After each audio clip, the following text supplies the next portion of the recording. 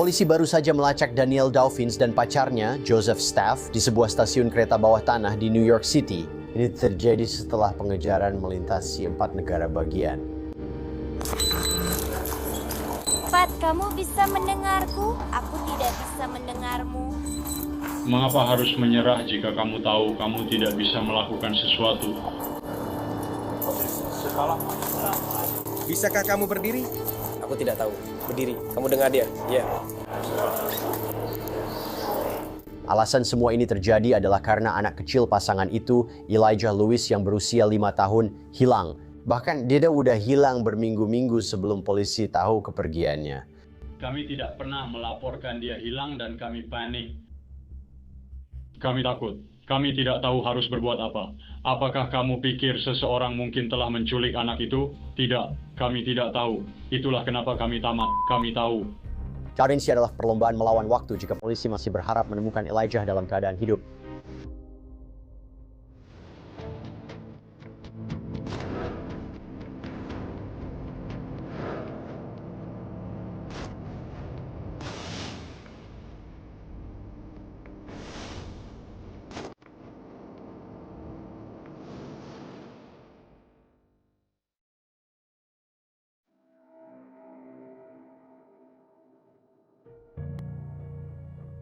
Ketika Dawkins dan staf awalnya ditemukan dan ditangkap, mereka didakwa dengan menghalangi saksi dan membahayakan anak.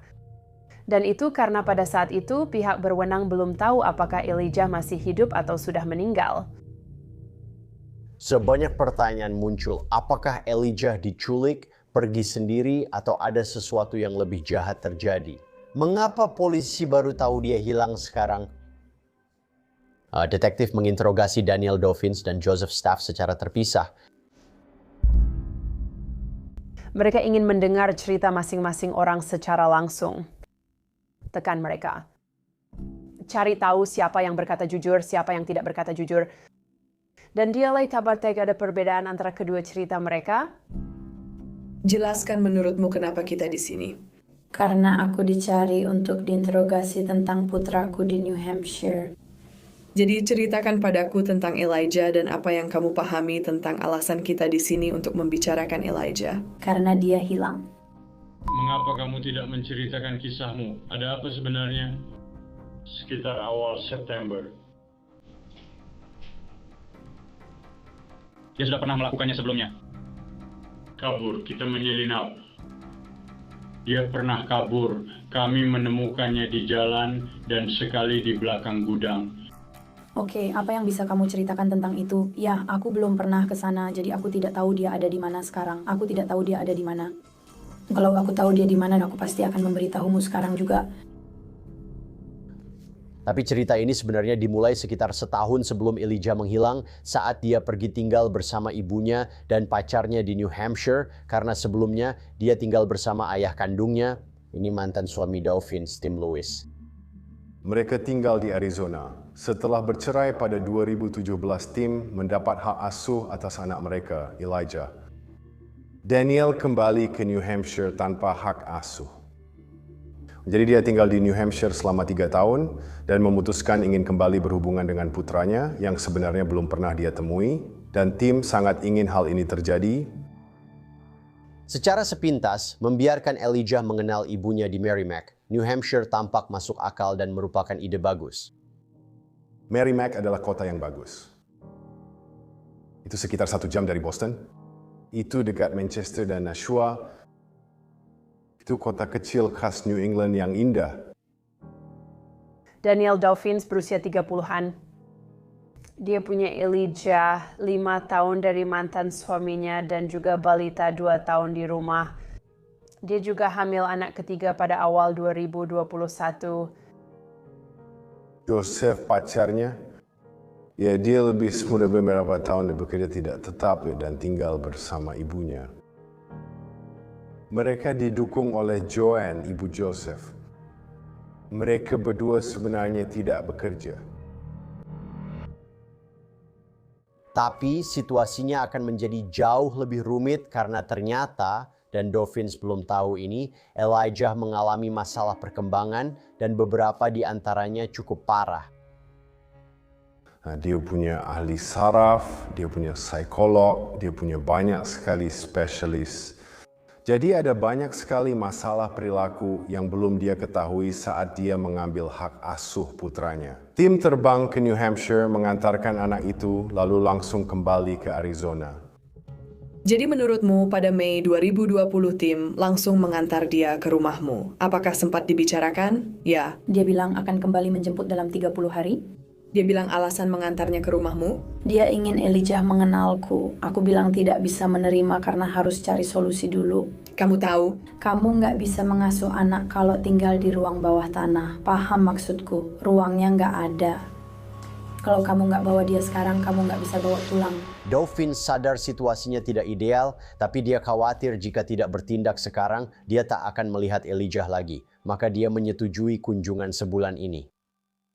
Jadi Elijah datang di bulan Mei dan kamu berhenti bekerja di bulan Juni. Kamu hamil sekitar musim dingin atau Januari. Oke.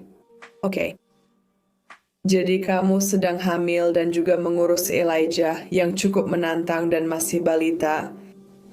Oke. Aku nyaris gila saat itu. Itu berat sekali. Jadi aku melakukannya, maksudku kami tidak pernah keluar rumah. Aku depresi. Oke. Aku benar-benar, aku tidak pernah keluar rumah. Aku merasa seperti tahanan di rumah. Mereka pun sadar ada banyak masalah dengan Elijah, melebihi kemampuan mereka untuk menanganinya.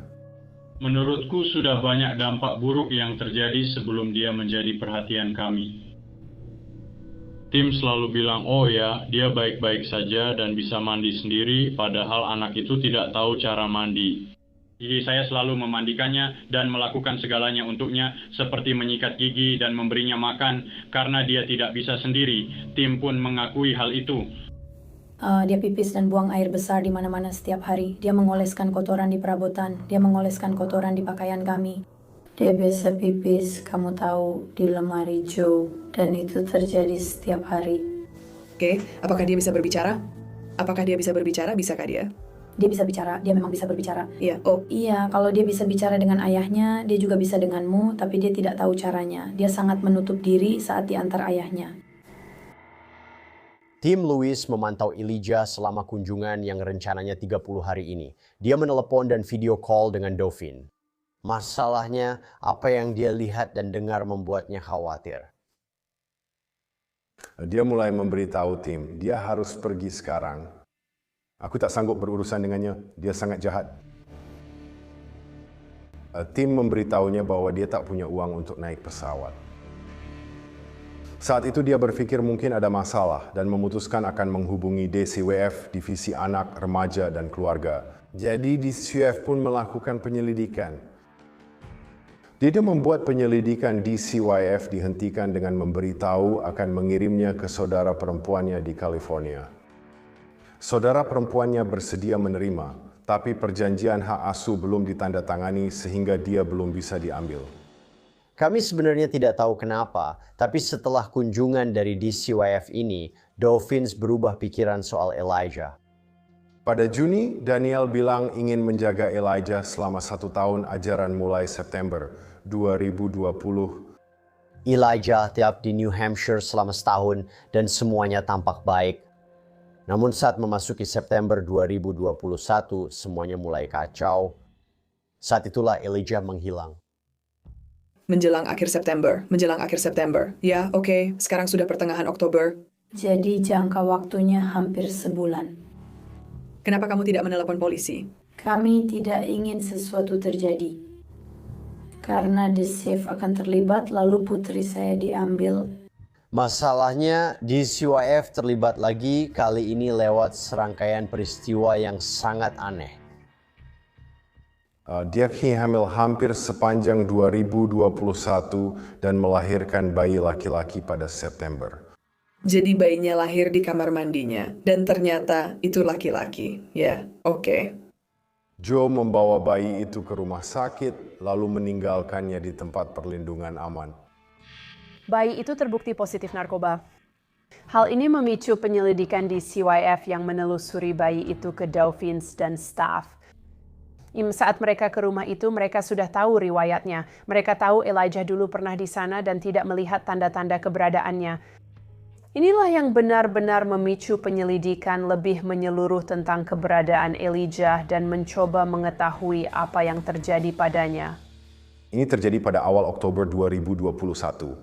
DCF sedang menyelidiki. Polisi sedang menyelidiki telah mendapat surat perintah penggeledahan rumah itu dan ingin berbicara dengan Daniel. Saat itu dia setuju masuk dan berbicara dengan polisi. Dolphins mengaku menuju kantor polisi, padahal dia dan staf justru melarikan diri. Polisi memburu mereka, sementara pencarian besar-besaran untuk Elijah juga dilakukan. Kami mengeluarkan siaran pers mulai Kamis lalu untuk mencoba menemukan Elijah. Unit Kejahatan Besar Polisi Negara bagian New Hampshire, mereka telah bekerja tanpa henti bersama semua lembaga terkait di New Hampshire dalam upaya ini.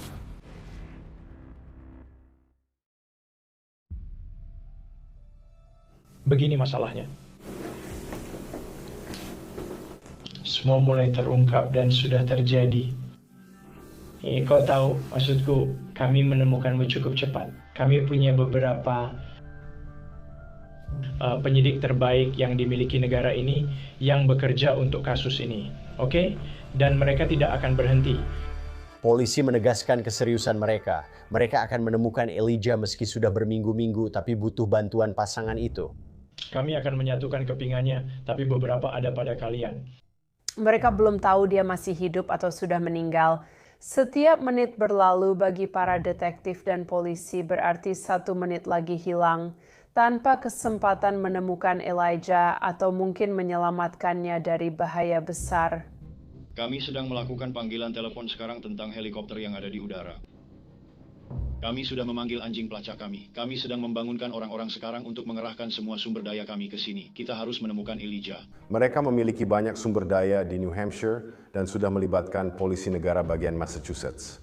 Mereka juga bisa melacak lokasi lewat data ponsel. Mereka punya drone dan anjing pelacak. Menurutmu dia di mana? Tebak saja. Karena aku katakan padamu, kami tidak melakukan ini sebulan lalu, tapi kami akan melakukannya sekarang. Dan masih ada kemungkinan, kecil, tapi masih ada kemungkinan jika dia tersesat, mungkin dia bisa bertahan hidup. Secara statistik, semakin lama anak hilang, makin sulit ditemukan.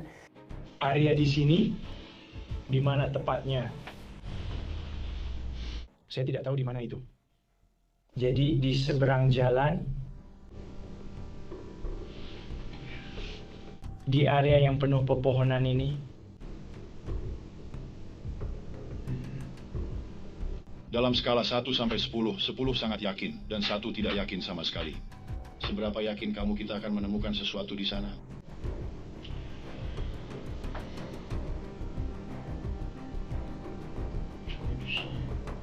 Angka berapa yang akan kamu berikan kepada mereka? 6. Jadi dia itu cukup bagus. Itu peluang yang cukup bagus. Detektif menanyai pasangan itu tentang apa yang terjadi pada malam Elijah menghilang. Dan yang mereka cari adalah petunjuk apapun tentang di mana Elijah mungkin berada. Jadi kamu bangun untuk ke kamar mandi. Kamu pergi ke kamar Elijah. Dan aku menengok ke dalam dan dia tidak ada di sana. Jadi biasanya yang aku lakukan adalah aku berjalan ke danau dan melihat apakah dia ada di sana karena kadang-kadang dia duduk di bangku. Aku berjalan ke jalan masuk di kubah kecil itu. Aku berjalan di jalan tapi dia tidak ada. Aku kembali membangunkan Joe dan bilang Elijah hilang. Di ruang interogasi lain, Joseph Staff menceritakan kisahnya, namun ceritanya tidak sepenuhnya sama dengan yang dikatakan Dolphins. Kamu terbangun di tengah malam dan melihat ke kamarnya, lalu melihat dia sudah tidak ada, atau kamu mendengar sesuatu yang membuatmu terbangun. Maksudku kamu dan Daniel, maaf. Ya, aku sudah bilang padamu. Ya, jadi apa yang terjadi selanjutnya? Apa yang kamu lakukan selanjutnya? Apa yang kamu lakukan?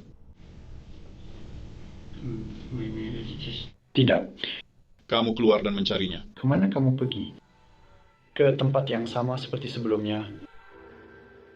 Langsung saja, ada perbedaan dalam pembicaraan dengan polisi soal siapa yang pertama tahu dia hilang.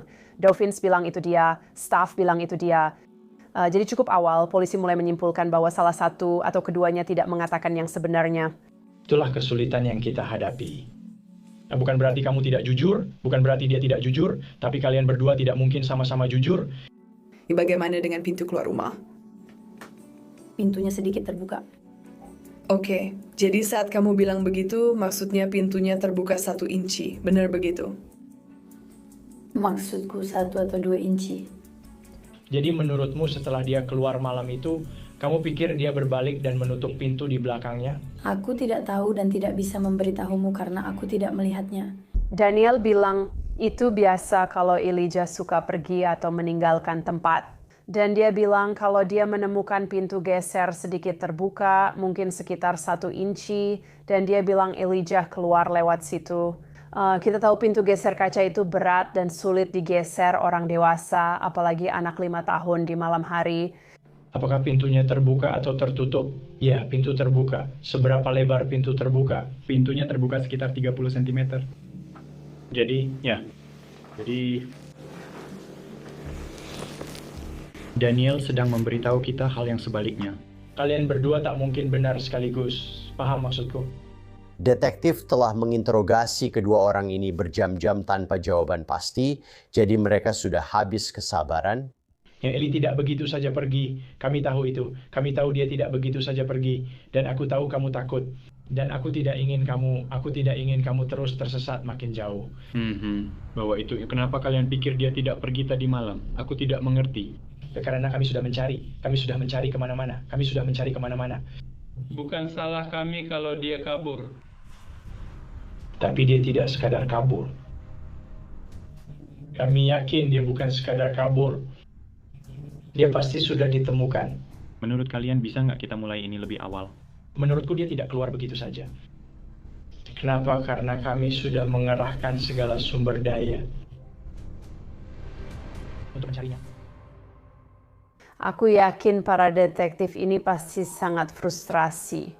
Karena bagaimana mungkin 2 orang yang katanya peduli padanya, bagaimana mungkin mereka tidak siap, tidak mau, dan tidak mampu mengatakan semua yang mereka tahu untuk mencoba mengembalikan anak itu. Jadi kami telah bekerja tanpa henti sejak kami selalu dengan tim penyidik yang sangat besar. Penyidik top di negara bagian dan seluruh New England mencari putra Anda. Taktik apa yang seharusnya kami pakai atau di mana kami harus mencari, saya tidak tahu. Menurut Anda, di mana dia? Saya tidak tahu. Kami tidak menyakiti anak itu dan saya tidak suka Anda menuduh kami. Saya tidak mengatakan bahwa Anda melakukannya. Tidak ada yang menyakiti anak kecil itu. Tidak ada yang menyakiti anak kecil itu. Kami bukan monster. Kami sangat baik dan ramah. Anak-anak kami dirawat dengan baik dan kami tidak akan menyakiti mereka. Ketika seorang orang tua yang khawatir menjadi defensif dan frustrasi terhadap polisi yang mencoba membantu anaknya, itu bukan respons yang normal atau biasa. Sikapnya yang hampir bermusuhan terhadap polisi saat mereka mencoba melakukan penyelidikan demi dirinya dan anaknya tentu saja akan menjadi tanda bahaya bagi polisi bahwa dia tahu jauh lebih banyak daripada yang dia ungkapkan saat itu. Dia mengonfirmasi, tanpa benar-benar mengonfirmasi, bahwa ada kecurigaan tentang apa yang terjadi pada anak laki-laki kecil ini.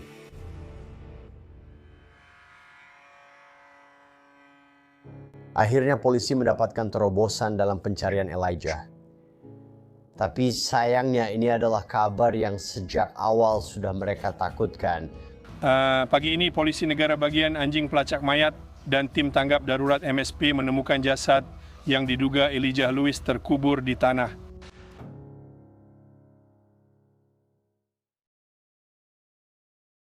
Hey, sebentar kita akan kembali ke topik ini. Kami bisa hadirkan gambaran lengkap cerita ini berkat mitra kami, Current. Apa itu Current?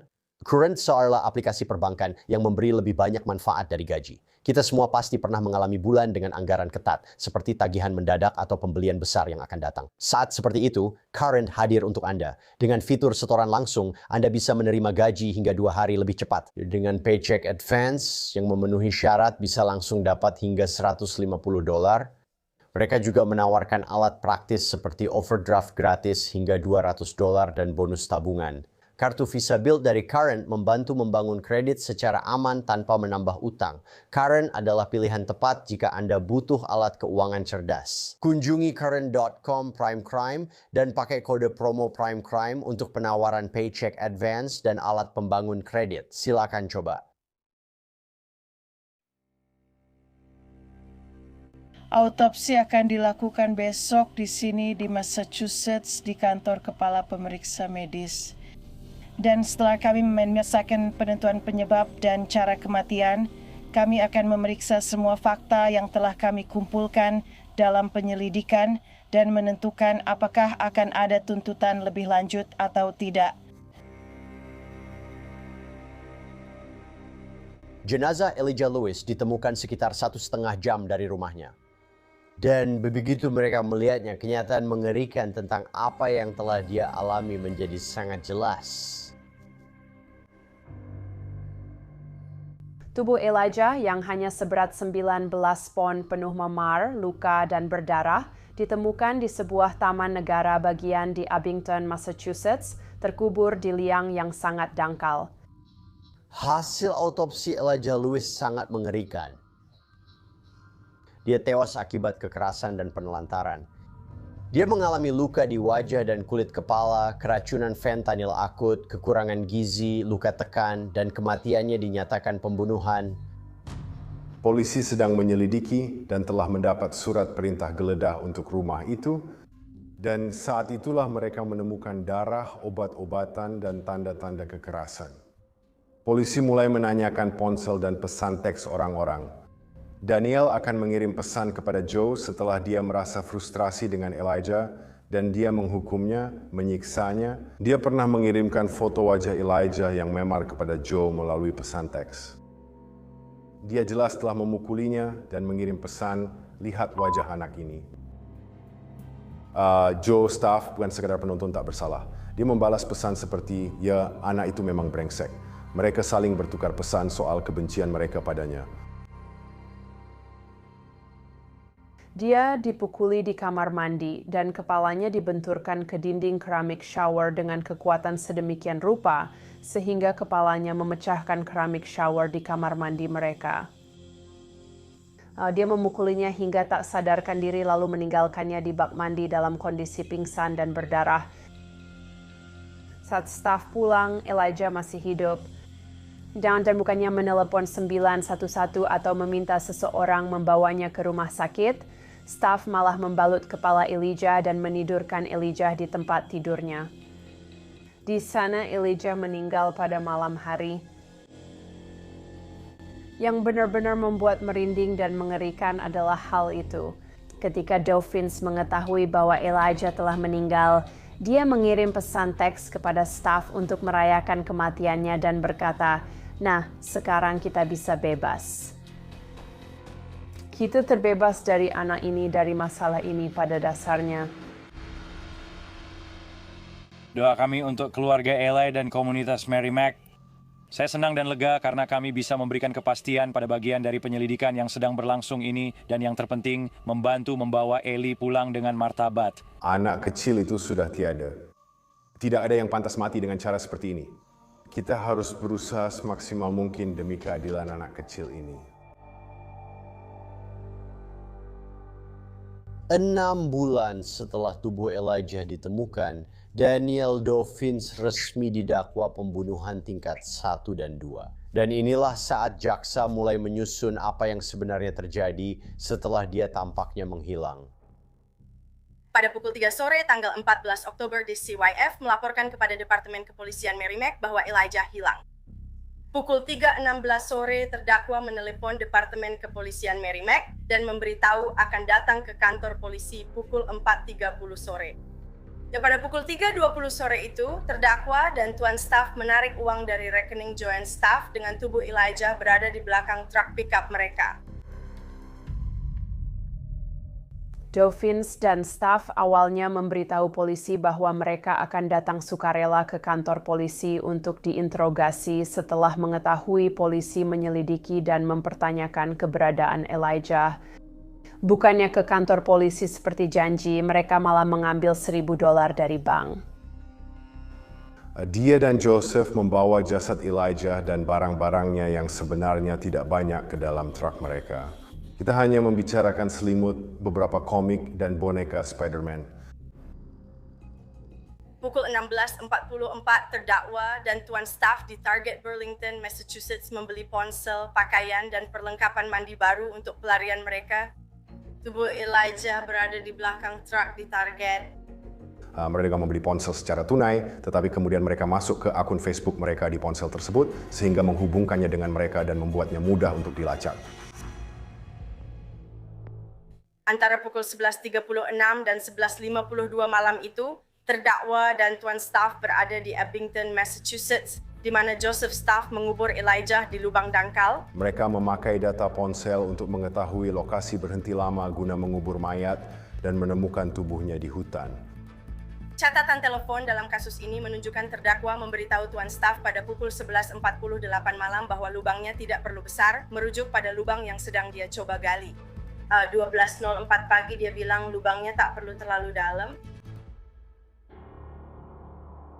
Dengan kata lain, selesaikan saja pekerjaannya dan ayo kita pergi dari sini. Maksudku, santai saja, santai saja. Setelah menguburkan Elijah, mereka pergi ke Mohegan Sun di Connecticut, sebuah kasino, untuk menonton pertunjukan. Tidur semalaman di truk, lalu mereka meninggalkan truk itu dan pergi ke New York City.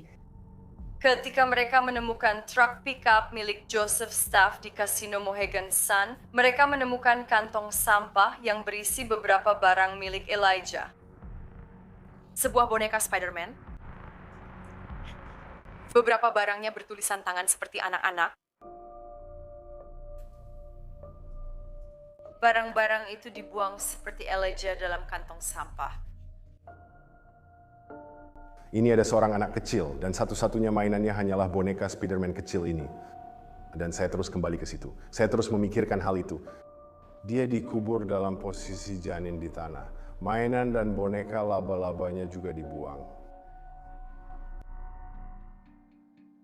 Beberapa jam kemudian, terdakwa dan tuan staf naik bus ke New York City.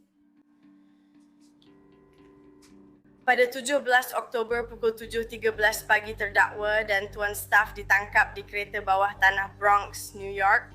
Saya tidak tahu apa yang sedang terjadi. Apa yang sedang terjadi? Oh. Tidak.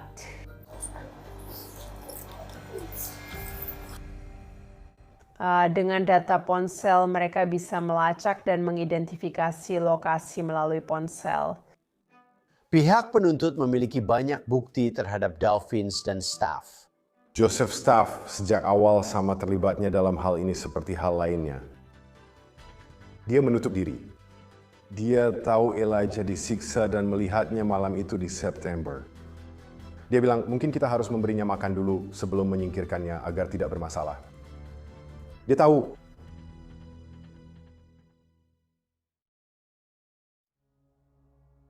Sidang vonis Joseph Staff berlangsung sebelum sidang Daniel pada bulan September 2022. Dia mengaku bersalah atas pembunuhan dan dijatuhi hukuman hingga 40 tahun penjara. Saya rasa motivasinya mengaku bersalah atas pembunuhan itu agar hukumannya lebih ringan. Setelah vonis dijatuhkan, Staff berdiri di depan Dewan Pembebasan Bersyarat dan membahas perannya dalam hidup Elijah. Saya tidak pernah ingin anak ini disiksa, hanya ingin dia mendapat bantuan.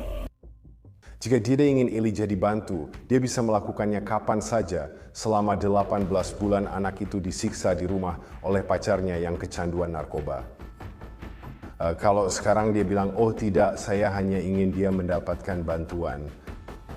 Fakta bermula dari sana. Saya pria dewasa. Saya tahu seharusnya membawanya pergi. Dan rasa bersalah itu masih saya rasakan hingga kini. Dia memberitahu pihak berwenang bahwa dia diminta mengubur jasad Elijah setelah tahu dia meninggal, tapi dia menolak. Namun dia lalu meletakkannya di wadah di luar rumah. Itu berada di luar pintu geser. Tempat kamu tinggal? Ya. Dan sudah berapa lama dia ditinggalkan di sana? Saya tidak tahu, mungkin sebulan atau 2 bulan. Menurut saya kebejatan seperti itu menghapus rasa bersalah atau tanggung jawab yang mungkin dia miliki atas kematian Elijah. Staf dibebaskan bersyarat atas tuduhan ringan, tapi tetap harus menjalani puluhan tahun penjara karena pembunuhan tak sengaja dan penyerangan.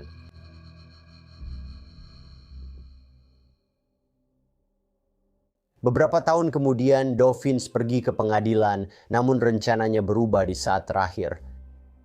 Dawkins mengaku bersalah atas tuduhan pembunuhan tingkat 2 malam sebelum persidangan. Awalnya, dia didakwa pembunuhan tingkat 1 dan 2. Akhirnya, dia mengaku bersalah atas pembunuhan tingkat 2, 1 tingkat di atas pembunuhan tanpa sengaja yang diakui pacarnya, Staff. Pengacara Dawkins menghadapi tantangan berat. Ia tidak membela ketidakbersalahan, melainkan menggambarkan Dawkins sebagai korban seperti putranya. Strategi pembelaan di sini adalah meringankan keadaan semaksimal mungkin. Saya yakin mereka paham situasinya dan sadar tidak mungkin membuat dia bebas dari tuduhan. Jadi ada banyak bukti yang memang tidak bisa dihindari oleh pihak pembela. Jika satu kata bisa merangkum kasus ini, itu adalah kata mimpi buruk. Mimpi buruk yang dialami Elijah Lewis sepanjang hidupnya, terutama di akhir hayatnya. Mimpi buruk yang dialami Nona Dawkins selama masa kecilnya. Penyiksaan fisik secara rutin adalah sesuatu yang dialami Daniel di beberapa rumah, mulai dari ayah tirinya, ayah kandungnya, hingga penempatan di keluarga asuh. Inilah cara-cara yang dia pelajari untuk mengendalikan anak tersebut. Saya yakin dia punya masa kecil yang sangat buruk. Dia belajar jadi orang tua yang suka kekerasan dan jadi pecandu sejak kecil. Banyak orang mengalaminya, tapi mereka tidak membunuh anak-anak kecil mereka. Karena Dawkins mengaku bersalah, tidak ada persidangan, tapi dia bisa menyampaikan pernyataannya sebelum hakim menjatuhkan hukuman. Semua penderitaan yang dialami putra saya, seperti penelantaran, perlakuan buruk, pengasingan, dan kekurangan gizi, sangat mengerikan. Tidak ada anak yang pantas mengalami pelecehan seperti itu. Namun itulah yang saya alami dengan cara serupa. Saya pernah ditelantarkan, diperlakukan buruk, diasingkan, dan kekurangan gizi oleh orang tua serta pasangan mereka. Saya sangat beruntung masih hidup. Saya juga mengalami pelecehan seksual oleh orang-orang yang seharusnya melindungi saya. Namun Elijah tetap tidak pantas diperlakukan buruk. Orang tua harus merawat anaknya. Daniel Dawkins sangat terpukul di pengadilan hingga hampir tak bisa bicara. Saya bingung harus berbuat apa dan juga menuruti kecanduan saya dan membuat keputusan yang salah. Saya terpikir menghubungi DCYF agar Elijah mendapat bantuan karena saya khawatir putri saya memukul bayi saya. Saya tidak bisa melakukannya. Dia menangis di tengah-tengah membacakan pernyataannya yang sedang dia baca dari selembar kertas. Dan salah satu pengacaranya melanjutkan membacakan pernyataan tersebut. Saya sudah bersih selama 3 tahun. Saya akan terus merasa bersalah dan sedih karena membiarkan anak saya meninggal. Yoseto juga ingin mengatakan bahwa saya minta maaf kepada mereka yang telah saya kecewakan, tapi yang paling utama kepada satu orang yang tidak akan pernah bisa mendengar saya lagi. Maaf Elijah, ibu gagal jadi ibumu. Sebelum hakim menjatuhkan hukuman pada Daniel Dawkins, Tim Lewis, ayah Elijah Lewis, diberi kesempatan berbicara. Dan ucapannya pada mantan istrinya sangat mengejutkan. Daniel, kamu tidak pantas mendengar ini. Aku bahkan tidak ingin berbicara denganmu. Aku akan terus menjadi suara putraku. Kamu telah menghancurkan banyak hidup dengan mengambil nyawanya.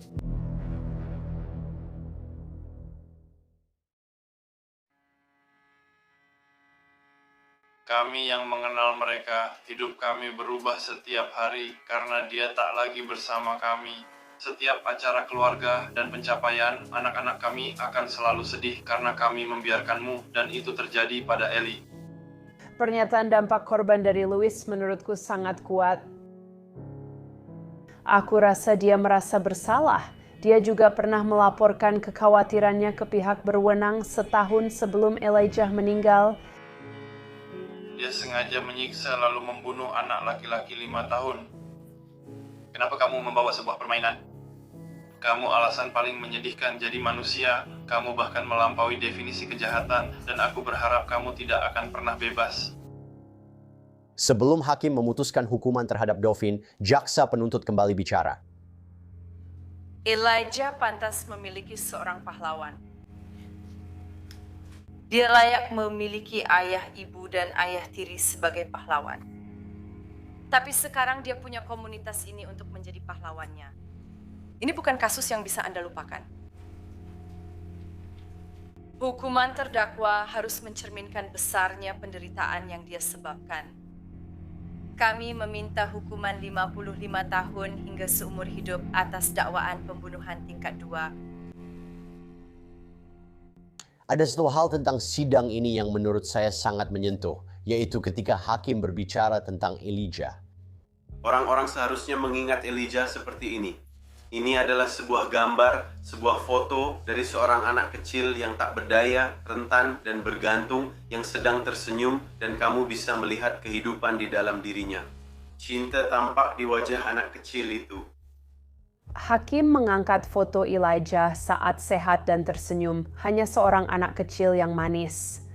Hakim menegaskan itulah cara dia ingin Elijah dikenang. Bukan sebagai anak yang kurus kering, terluka, disiksa, yang ditemukan di kuburan dangkal dengan tanah di wajah dan tubuhnya. Satu hal yang menarik yang dia katakan di awal pernyataannya adalah bahwa setiap kali dia menjatuhkan hukuman, dia selalu mencari sisi baik dari seseorang, tidak peduli apapun kejahatannya. Dan dia mengatakan bahwa dia juga melakukannya di sini dan merujuk pada pernyataan yang dia dengar dari Dovins bahwa dia ingin membantu anak kecil itu dan bahwa hatinya sakit serta dia membutuhkan bantuan. Dan kemudian dia membandingkan itu dengan pernyataan lain yang dibuat Dovins dalam pesan teks yang menggambarkan anak itu sebagai anak nakal, menggunakan kata-kata bahwa dia membencinya dan deskripsi mengerikan lainnya tentang anak laki-laki ini. Kematian yang lambat, berkepanjangan, dan menyakitkan dari seorang anak laki-laki berusia 5 tahun yang tidak bersalah dan tidak berdosa. Jejak kata-kata dan tindakan yang menjeritkan kejahatan yang menimpa anak kecil yang terisolasi, tak berdaya, dan tidak bersalah ini. Kami harus memisahkan Anda dari masyarakat dan menunjukkan kepada masyarakat secara hukum bahwa keadilan ditegakkan serta komunitas, terutama anak-anak, akan dilindungi. Pernyataannya sangat kuat. Dia mengatakan berbagai hal tentang bagaimana dia memandang perilaku tersebut yang sangat menjijikkan dan juga tentang bagaimana kata-kata Dovins menggambarkan kepadanya apa yang dia pikirkan. Dia bilang, ucapanmu adalah tali ketakutan yang menghujani anak kecil ini. Ia menyatakan buktinya jelas dan tak terbantahkan. Kasus ini, seperti yang saya katakan, akan terus membekas di benak banyak orang di ruang sidang. Dan ini adalah kasus yang pantas mendapatkan hukuman penjara yang berat, signifikan, dan berkepanjangan. Dengan semua yang telah saya sampaikan, jika Anda bersedia berdiri, saya akan membacakan putusan hukuman Anda sebagai berikut. Karena pengakuan bersalah atas pembunuhan tingkat 2, Anda dihukum penjara di penjara negara bagian New Hampshire selama 50 tahun hingga seumur hidup. Hukuman ini dilaksanakan berurutan dengan 2 hukuman karena menghalangi saksi. Dovins mendapat hukuman paling berat yang bisa dia terima berdasarkan kesepakatan pembelaan yang dia buat. Pengakuan bersalah membuatnya bisa bebas bersyarat, tapi baru saat berusia 88 tahun. Ya, ini adalah kasus yang sangat emosional, sehingga bahkan di luar gedung pengadilan setelah sidang ada beberapa pernyataan yang sangat kuat. Keadilan menurut saya sedikit ditegakkan hari ini. Mengetahui bahwa dia tidak akan keluar dan kemungkinan besar akan meninggal di penjara adalah sebuah kelegaan besar. Dia sama sekali tidak menunjukkan penyesalan atas apa yang terjadi pada putranya, dan dia pantas mendapatkan semua yang dia terima. Dan saya senang mendengar bahwa dia dihantui oleh putranya. Itulah yang pantas dia dapatkan. Hakim menyebutnya sangat jahat. Apakah Anda setuju dia itu jahat? Aku setuju 100%. Dia itu ular. Dia bunglon, rela melakukan apa saja demi terlihat lebih baik di mata orang lain. Sekarang di antara orang-orang yang berbicara adalah Kepala Polisi Merrimack dan dia mengakui bahwa ini adalah kasus yang sangat sulit untuk diselidiki. Saya penasaran, Anda tahu tentang dampaknya pada departemen Anda di sana. Ini terasa personal bagi departemen Anda. Tentu. Maksud saya tidak ada hukuman yang sebanding dengan apa yang dialami Elijah. Semoga kami bisa memberikan rasa tenang bagi petugas dan masyarakat secara keseluruhan. Hakim memberi pesan tegas. Apa pesan Anda sebagai kepala polisi? Ada banyak orang yang tahu Elijah sedang ditelantarkan. Ada banyak orang yang tidak bertindak. Ada banyak orang yang tidak tahu di mana dia berada. Ketika Anda melihat seseorang membutuhkan bantuan, mungkin seseorang itu sedang mengalami hari yang sulit dalam mengasuh anak, Anda cukup bertanya, "Hey, apa kamu baik-baik saja? Tawarkan bantuan." Memang terasa sekali bahwa Elijah telah ditelantarkan di banyak aspek oleh orang dewasa di sekitarnya dan juga oleh sistem itu sendiri. Ada banyak orang berbeda yang sebenarnya bisa saja mengambil tindakan dan mengatakan sesuatu kapan saja. Mereka bisa saja memberi peringatan pada saat itu juga. Itu adalah pesan dasar yang sudah lama diajarkan, bukan? Jika kamu melihat sesuatu, katakan sesuatu. Saya terus teringat pada anak laki-laki kecil ini yang dibuang, dan dibuang lagi.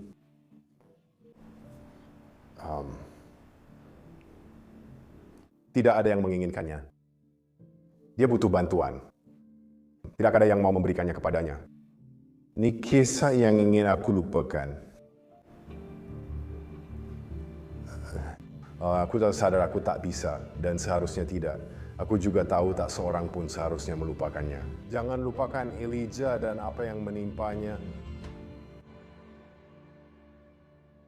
Ini adalah kisah yang sangat kelam. Tidak ada cara lain untuk mengatakannya. Kita sedang membicarakan tentang kekerasan anak lintas generasi, penelantaran, kecanduan. Sangat sulit untuk menemukan sisi terang dari cerita ini.